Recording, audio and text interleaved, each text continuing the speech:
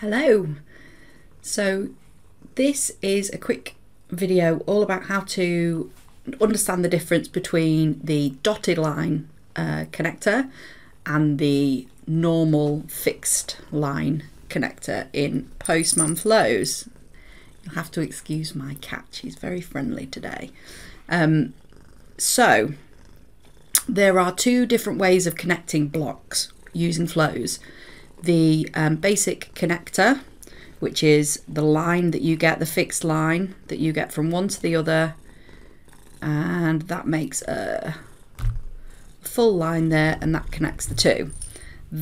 Doing it that way trusts Postman flows to implement the kind of logic that's inbuilt into flows itself, which will allow you usually to do the right thing. It usually executes flows in the right order, but if you find that you need to override that logic for some reason, so you want to definitely make sure, for example, your put request is executed before your delete request, if you're doing testing of a particular workflow, then you would benefit from knowing about the signal lines.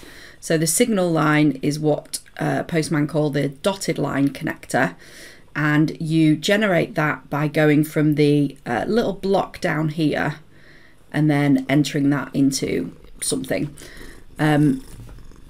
usually into the on switch or the on looking switch, and that changes the on to an off.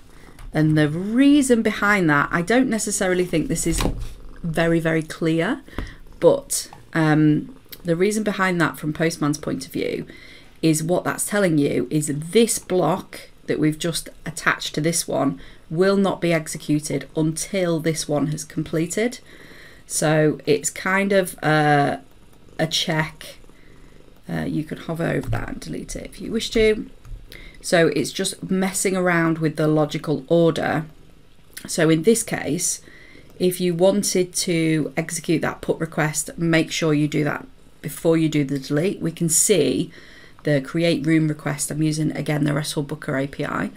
That sends its requests at the same time. So it fires off its response data, and that goes into two different send request blocks. So there's no guarantee which one will be executed first necessarily, but if you join the two with this dotted line connector, it will mean that the put request is always executed first, and then it goes over to the second request. So if we take a look at that in our terminal, we should be able to see first the post request, and then the put, and then the delete. Okay, so there was an authentication request first, then the create room request, and then you are doing the put request, and then you're doing the delete request. So this is really good way of knowing in Postman, a good thing to know in Postman flows, just how to override that that logic. Okay, thanks very much. Bye.